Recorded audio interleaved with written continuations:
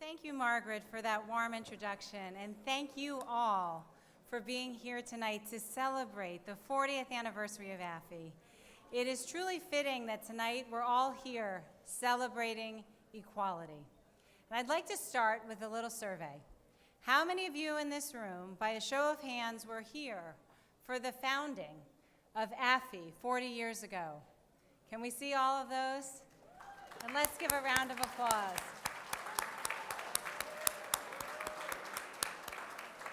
Now, if you could keep your hands up, I'd like to add to that. Can I see a show of hands for everyone who has either worked for AAFE, past and present, volunteered, or collaborated with AAFE on a project? And when you see this sea of hands, you see that that is how AAFE works. That is how movements are built. That is how communities are built. And that is how change happens.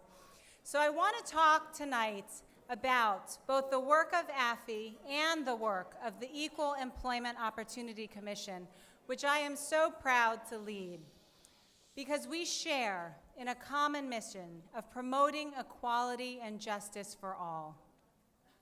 I want to thank especially Chris and Wendy and to everyone who worked on this event.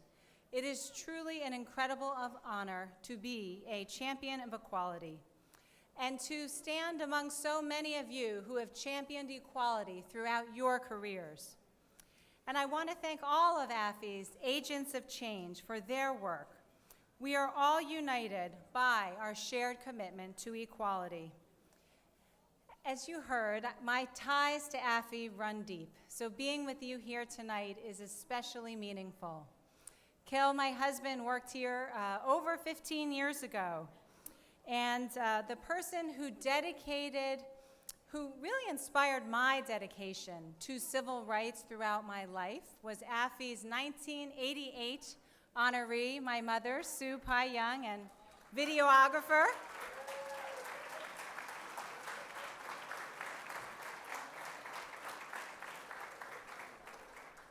I would also like to thank my brother-in-law, Min, and sister-in-law, Nancy, for coming tonight.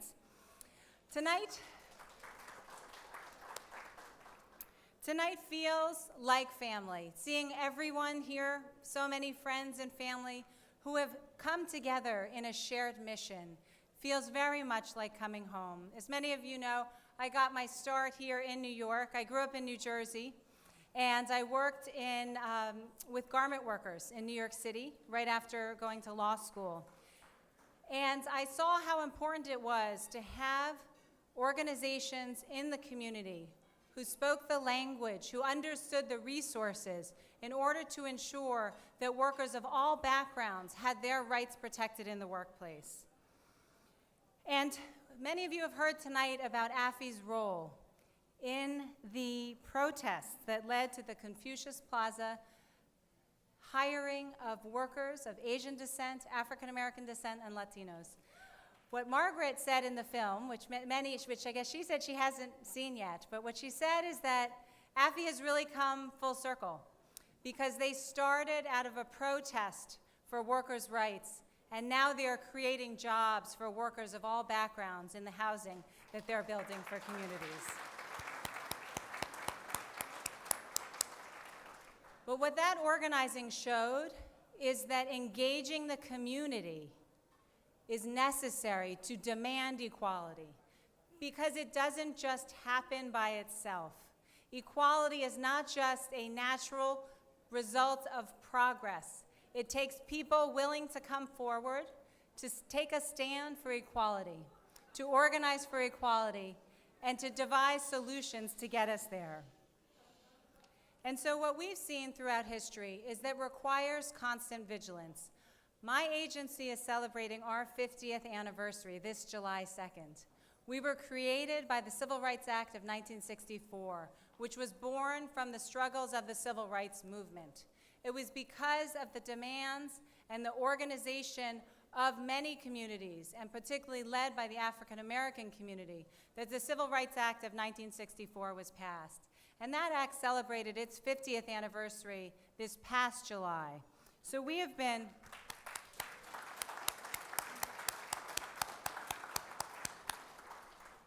That act guaranteed a right to equality in the workplace and many other protections, public accommodations, and it has transformed society in many ways. And we know that although we've made tremendous progress, our work is not done. It is truly an honor for me to lead an agency of over 2,300 individuals in 53 offices around the country with a singular mission to stop and remedy discrimination in the workplace. At the EEOC, we're working to shine the light on what discrimination looks like today. Many people think those problems are long past us, but what we see today in the nearly 100,000 charges we receive each year is that discrimination continues to manifest itself in many forms. And across our agency, we're working to root out the systemic barriers that continue to operate. For the Asian American community throughout my career, I have seen many barriers, including a perception that while Asian Americans can be very good, studious workers, good technical workers, well, they can't be leaders. I've seen those barriers to advancement based on misperceptions about the leadership and communication abilities in our community. And I think people like AAFE, the people who make up AAFE, are changing people's minds because they're showing through the leadership of the organization how important it is to have voices from all backgrounds entering the conversation and ensuring that decisions are made so that they serve all communities. I asked Kill recently why he decided to work at AAFE. And he said, at the time he saw it as a small organization that was on the cusp of great things. And truly it has. Since he was here, AAFE has more than doubled in size and has many more offices serving the whole New York community. And what Kill found most rewarding is that they were doing tangible things. They were building housing, creating homes. They were helping people get loans, fill out mortgage applications, and government assistance. And so AAFE does this work and also builds solutions. AAFE has put in practice a larger theory about how to transform neighborhoods and improve the quality of residence. And they have worked to give people dignity and opportunity in their lives. Both of my parents have shown me through their example how important it is to have people willing to lead that fight. My mother, as you've heard about, has been a longtime activist, but as a child, I remember her telling me stories about her experiences at work and her feeling that she was discriminated against and not given opportunities for advancement because she was an immigrant from China. And those stories really touched me as a child because I saw how important work was to people's lives, how it affected people's self-esteem, and how having that opportunity was so important to people's happiness and economic security. So I dedicated my career to employment issues and promoting civil rights. My mother went on to go to law school while I was in elementary school. She went second career full-time while we were in school, and which I thought was especially impressive when I went to law school and saw exactly how much work it was. I could not have imagined having a family on top of all that. But she started out as a community activist, first raising community pride about Asian American heritage, and then working much more towards organizing around civic engagement issues. She spoke out about things in our local library, like books that portrayed Chinese with bright yellow skin and slanted eyes, and talked about why that was stereotypical. And she worked to ensure that our local bar association had diverse leadership. So what she has shown me through the years is that it's important to have a voice. It's important to be able to speak out where you see there is discrimination and to organize around solutions. She went on to become the first Asian American judge of the Workers' Compensation Court in New Jersey. And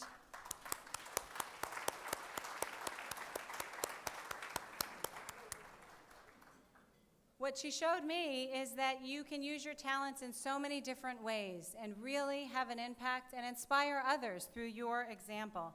And I very much hope to do that while at the EEOC. We know at our agency that language access is critical. We have over 170 bilingual and multilingual employees because we know how important it is for us to be able to reach out to the communities. And we know how important it is for us to partner with those who have the trust of the communities so that they understand that they have rights and that they should come forward to protect them. So I want to thank AAFE in this extraordinary accomplishment of reaching 40 years and all the work you've done. And I wanted to just conclude by sharing a story about our kids, which Margaret mentioned. Miles and Cole, they're 8 and 10. They're doing terrific in Washington, D.C.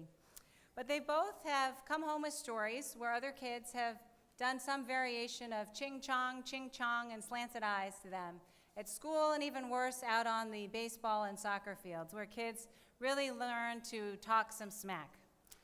And I think what I've taken from it is that kids pick up from their environment in profound ways a message that to be different means it's okay to be singled out and made fun of sometimes rather than valued. And I told them that this is really not personal, that you shouldn't take it to heart because this is a larger issue for us and society.